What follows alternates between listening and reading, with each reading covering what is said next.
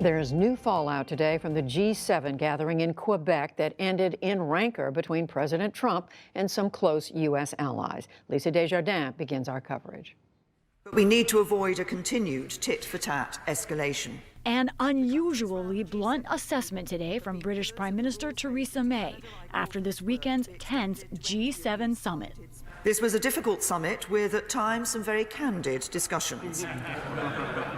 But the conclusion I draw is that it is only through continued dialogue that we can find ways to work together to resolve the challenges we face.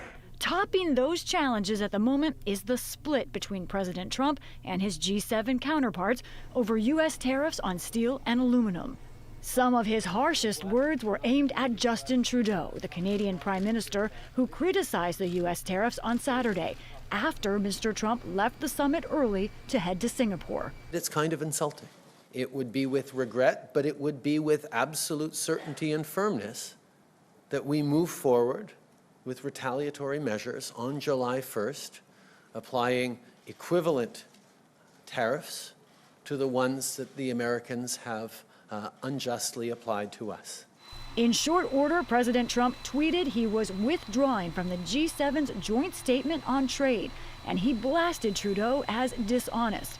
On Sunday, White House trade advisor Peter Navarro stepped up the attack. There's a special place in hell for any foreign leader that engages in bad faith diplomacy with President Donald J. Trump and then tries to stab him in the back on the way out the door. At risk is a key relationship on both sides. Canada is the United States' largest export market overall.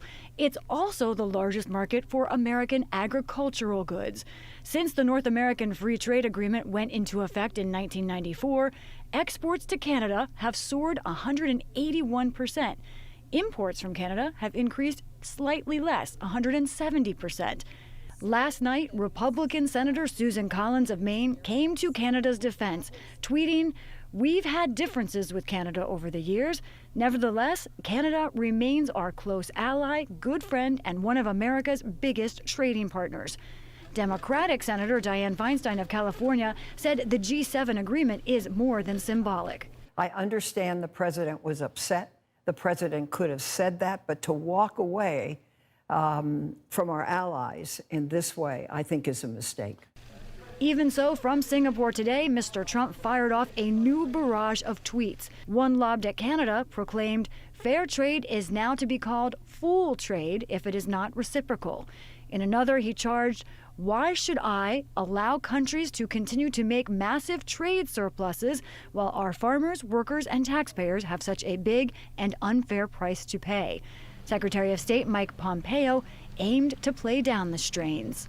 There are always irritants in relationships. For the PBS NewsHour, I'm Lisa Desjardins.